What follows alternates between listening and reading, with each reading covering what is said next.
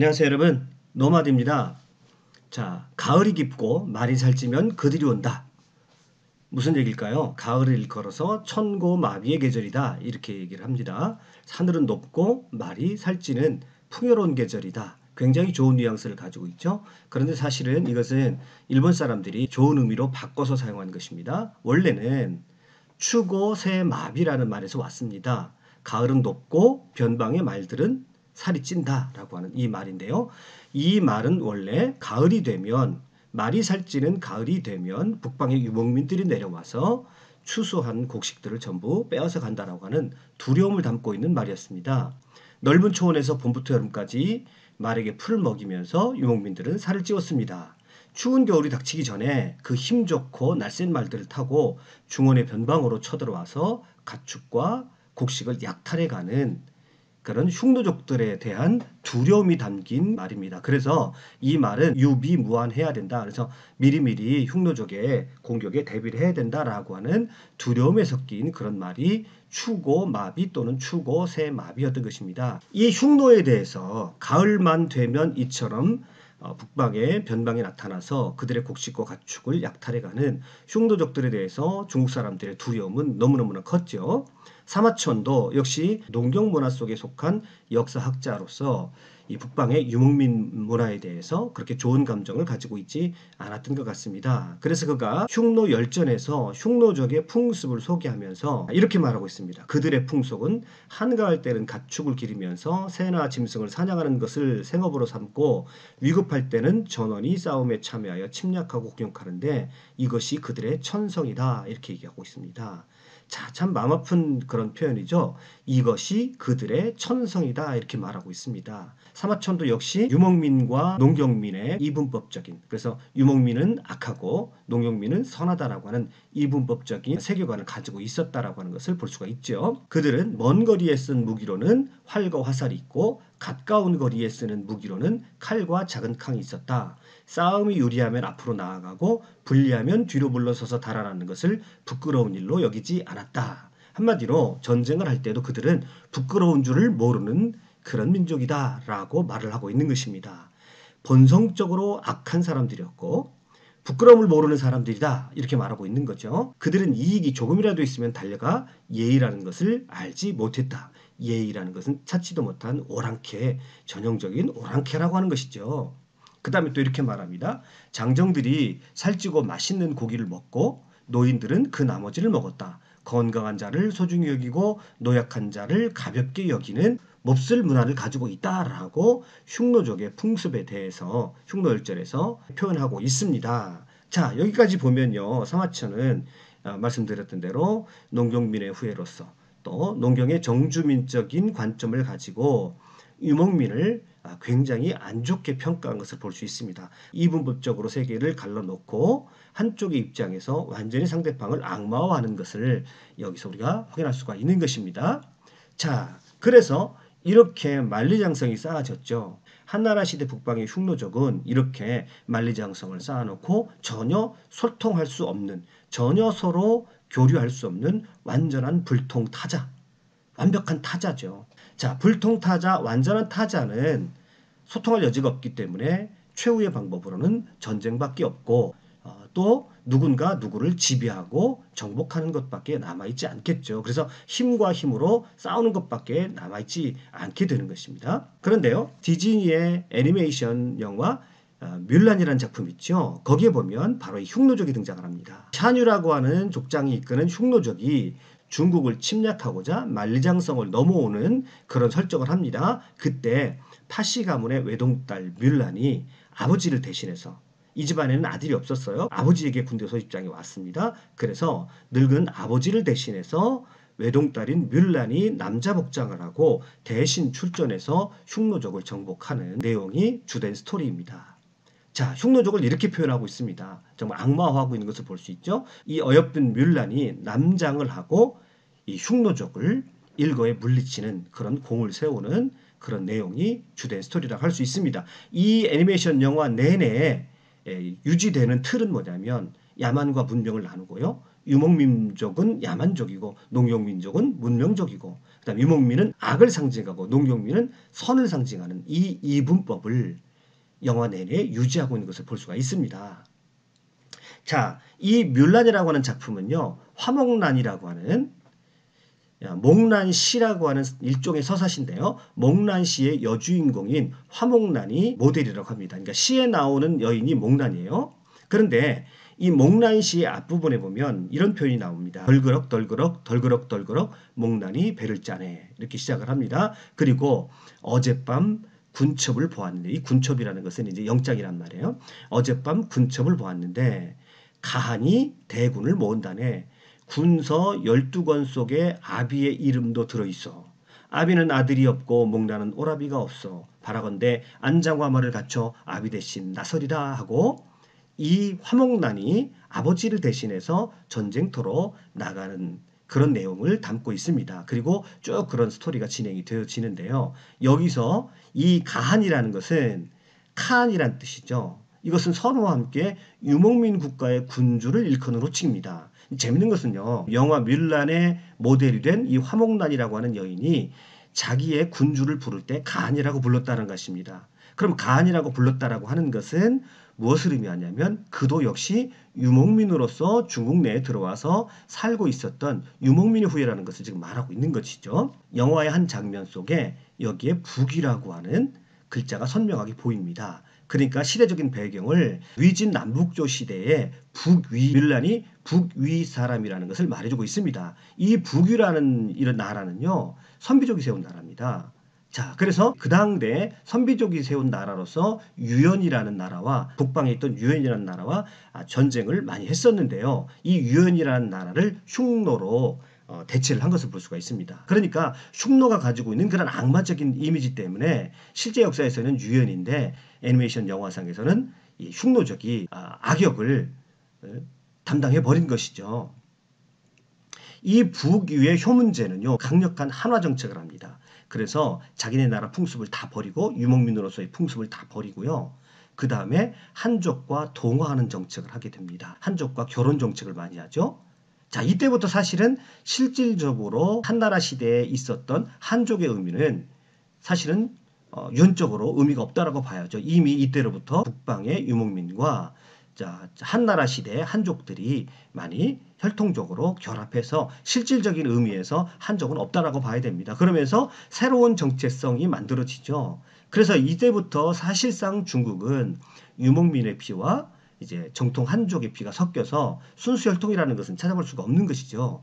그래서 이러한 새로운 정체성을 만드는 작업을 합니다. 이 새로운 정체성을 만들기 위해서는 자기들의 뿌리라고 할 수 있는 북방의 그 유목민들은 새로운 타자가 되는 것이죠. 그러면 중국이라는 개념이 어떤 개념입니까? 사실은 중국이라는 개념은 자기네 나라의 정체성을 만들어 가면서 북방의 이민족을, 북방의 유목민들을 타자화시키면서 만들어낸 어떤 추상적인 개념인 거죠. 실질적으로 그들은 혈통적인 의미에서 순수한 한족은 지금 없다라고 봐야 됩니다. 흉노족이 영화 뮬란에서 악마적인 타자로 덧씌워졌다는 것을 우리가 볼 수 있었는데요. 그 역사는요. 서구에서도 그대로 이어집니다.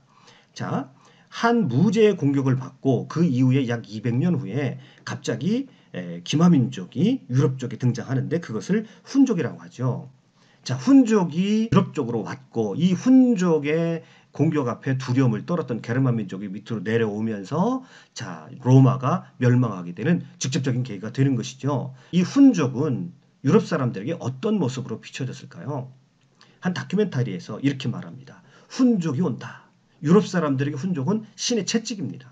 서기 375년 유럽인들은 마치 지진이라도 난 것처럼 몸이 부르르 떨리는 경험을 했다. 광활한 아시아로부터 온 야만적인 기마 집단이 동쪽 국경을 유린하자 살인과 고문 그리고 불탄 마을에 관한 충격적인 소식이 그들보다 먼저 도착했다. 로마 세계권은 공포의 도가니에 빠졌다. 훈족이 온다. 세상의 종말인가? 성서에 예언된 지구의 종말이 온 것인가? 당대에요. 이미 기독교 문명이 이제 로마 문명을 지배한 그런 시대니까요. 종말론이 굉장히 퍼져 있었다고 합니다. 그 종말론 가운데 갑작스럽게 훈족이 등장하자 심판의 도구로서 신이 그들에게 보냈다라고 생각을 했던 것입니다. 그래서 훈족은 여기에서도 절대적인 타자, 교류할 수 없는, 소통할 수 없는 악마적인 이미지를 가지고 있는 신의 채찍의 도구로 사용되어지는 그런 집단으로 유럽에서도 묘사되어 있습니다. 이게 흉노족의 역사 가운데 덧씌워진 이미지입니다. 동쪽에서도 역시 흉노족은 소통할 수 없는, 교류할 수 없는 악마적인 타자. 유럽에서도 역시 훈족은 같은 흉노족이라고 할 수 있는 훈족도 역시 유럽에서도 악마적인 타자로 그렇게 묘사되어서 두려움의 대상이 되었던 것입니다. 이 두려움이라는 것은 뭐에서 나오는 겁니까? 농경민족, 정주민족에 있어서 가장 큰 특징 중에 하나가 두려움이거든요.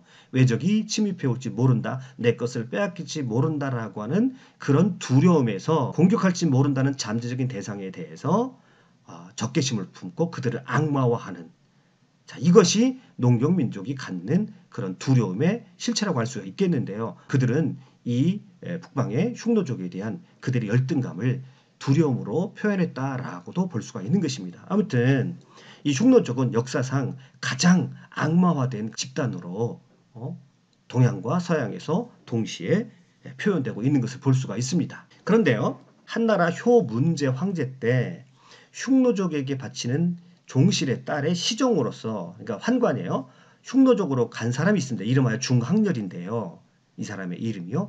이 사람은 처음에 가기 싫어했습니다. 그런데도 황실에서 가라 하니까 어쩔 수 없이 가면서 너희들 반드시 한나라가 나를 보낸 것을 후회하게 될 것이다 라고 얘기하면서 떠났고요. 실제로 귀순하게 됩니다. 흉노족으로. 그래서 묵돌선우의 아들인 노상선우의 아주 중요한 참모가 됩니다.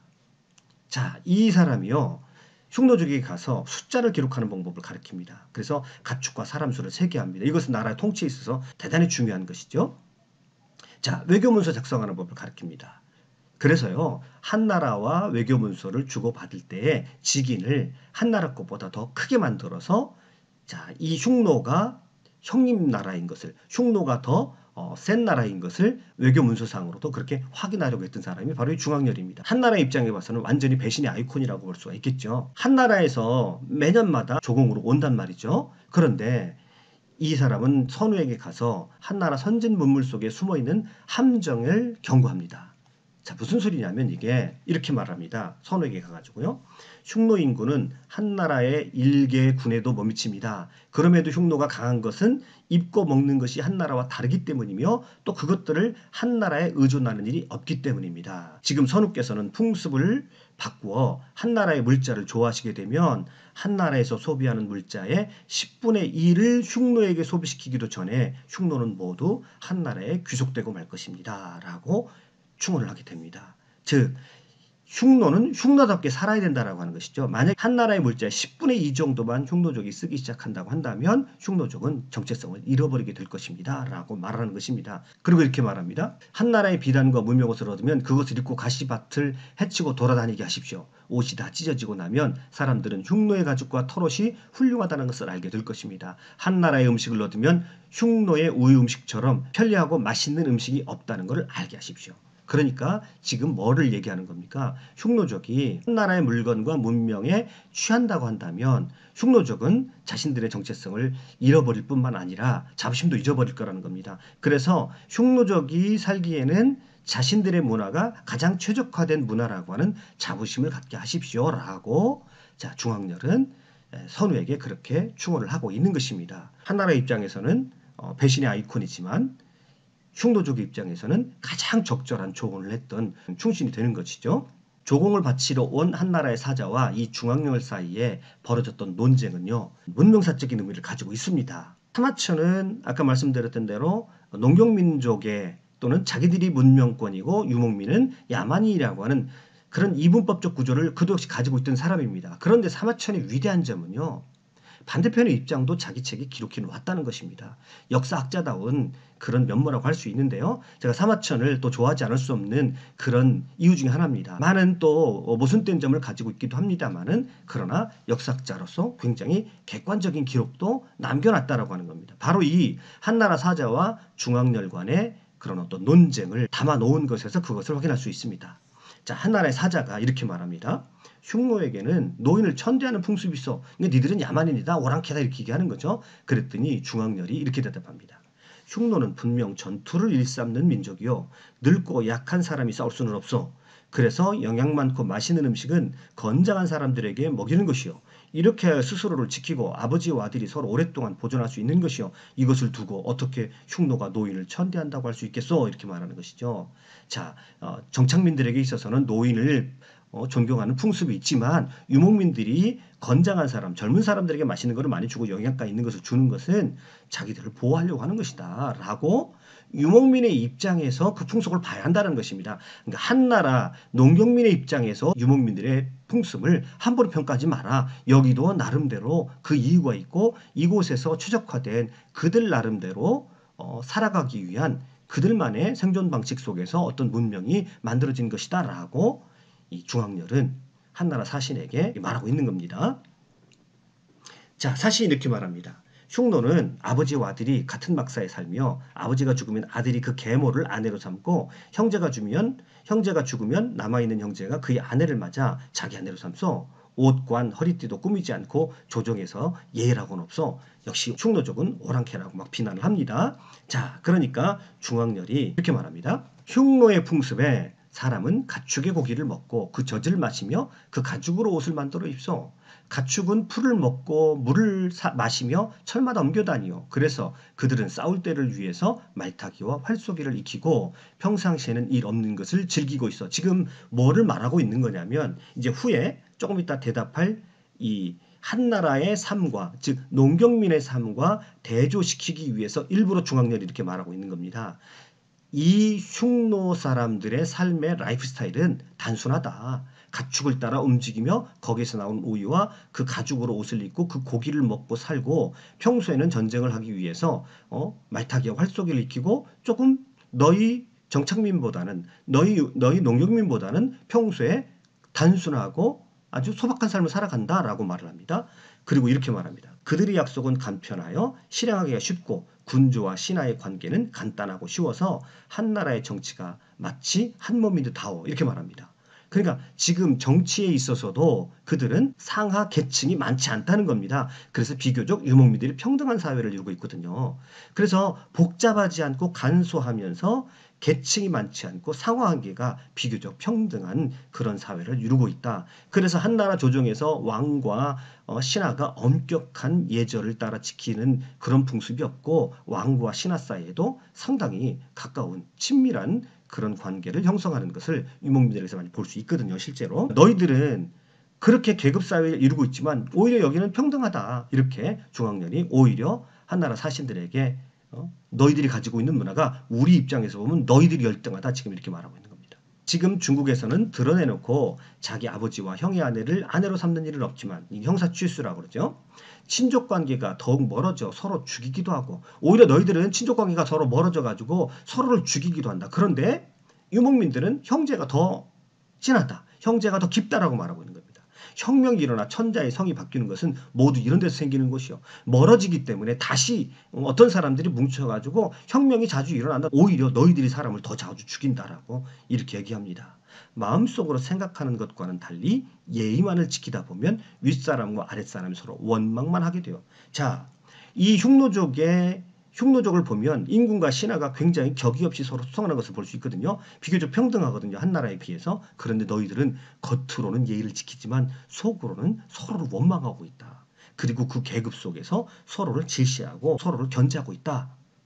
그리고 언제든지 너희들은 서로를 사실은 죽일 준비가 되어 있는 사람들이 바로 너희들이다라고 오히려 한나라 문명 속에 있는 사람들의 탐욕과 이기심을 꼬집고 있는 것이죠. 그리고 이렇게 중앙렬이 계속 말합니다. 아버지, 형, 동생이 죽으면 그들의 아내를 맞아들이고 아버지, 형, 동생이 죽으면 그들의 아내를 맞아들여 자기 아내로 삼는 것은 대가 끊기는 것을 두려워하기 때문이요. 이렇게 말합니다.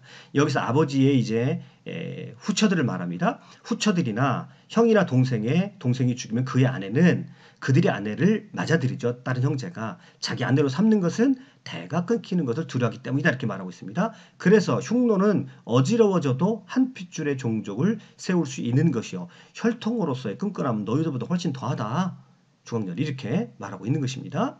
자, 그러면서 이 한나라 사람들을 오히려 불쌍하다고 얘기합니다. 궁실과 가옥을 지나치게 아름답게 꾸미면 생산할 힘을 다 쓰게 돼요. 너희들은 지나치게 궁실과 가옥을 화려하게 짓느라 너무나 많은 시간을 낭비한다는 거죠. 그에 비해서 흉노족들은 아주 간소한 삶을 살거든요.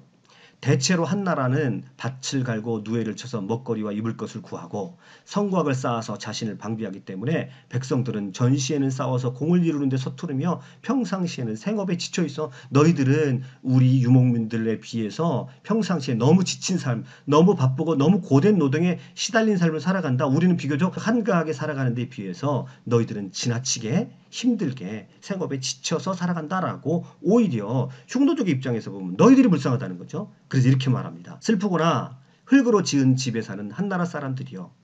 자신을 돌아보고 마음대로 말하지 마시오. 옷자락을 살랑살랑 움직이고 다니지만 옷과 간이 있다 한들 무슨 쓸모가 있겠소? 라고 오히려 너희들이 불쌍한 사람들이다. 우리 입장에서 보면 중앙렬이 한나라 사신을 꾸짖고 있는 장면을 볼 수가 있습니다. 자, 그러면서 말 끝에 그 사신에게 이렇게 말합니다. 여러 말이 필요 없다. 한나라에서 보내오는 비단, 무명, 쌀, 누룩이 수량만큼 좋은 것이면 그만이고 그렇지 못하면 곡식이 익는 가을을 기다려 흉노의 기마병이 모두 짓밟아버릴 것이다. 그들에게 위협을 해서 사신을 한나라로 돌려보냈다고 합니다. 자, 여기에서 사마천은 이 기록을 실어놓았다는 게 참 역사가로서 위대한 점이라고 할 수 있는데 흉노족의 입장에서 보면 오히려 한나라 사람들이 더 불쌍하게 보일 수 있다라고 하는 것입니다. 그러니까 보는 관점에 따라 다른 거죠. 그래서 어떤 문화와 어떤 문명을 바라볼 때 완전한 타자, 나하고 소통할 수 없는 타자로 바라보고 악마화시키는 것은 정말 못된 습관이다. 이렇게 꾸짖고 있는 것이죠. 중앙렬과 사신과의 이 대화가 통쾌하게 느껴지는 것은요. 오늘도 수많은 사람들이 이러한 이분법적인 사고를 가지고 자기 세계에 갇혀 있거든요. 만리장성을 쌓으면요. 그 밖에 있는 타자는 반드시 타고 넘어 들어옵니다. 오늘 개인의 삶에 있어서도 누군가를 타자로 세우게 되면 그 타자들은 언젠가는 우리의 올무가 되어진다는 사실입니다. 국가적인 차원에서도 마찬가지죠. 우리나라는 이 타자가 너무 많습니다. 남과 북이 타자이고요. 동과 서가 타자입니다. 자, 서초동과 광화문이 나누어져서 서로를 향해서 타자라고 악마화시키고 있습니다. 자, 이처럼 악마화시키게 되면 그리고 그 사이에 만리장성 같은 그런 장벽이 쌓이게 되면 언젠가 타자는 그 담을 타고 넘어 들어와서 나를 공격하고 나를 해한다라고 하는 사실입니다. 역사가 됐건 개인의 삶이 됐건 지나친 타자보다는 그 타자의 입장에 들어가서 그들의 문명과 그들의 사고와 그들의 입장을 이해하고 서로 소통할 수 있는 여지를 찾는 것이 그게 문명인다운, 그게 진정한 문명인의 사고방식과 문명인의 삶이라고 할 수 있을 것입니다. 역사에서 누군가를 타자화시킬 때 그것이 나에게 고통으로 다가온다는 이 사실을 배우지 못한다고 한다면 우리는 끊임없이 타자에서부터 오는, 내가 악마화시킨 타자에서부터 오는 고통에서 벗어날 수가 없을 것입니다. 여러분 오늘 강의 끝까지 들어주셔서 대단히 감사합니다. 수고하셨습니다.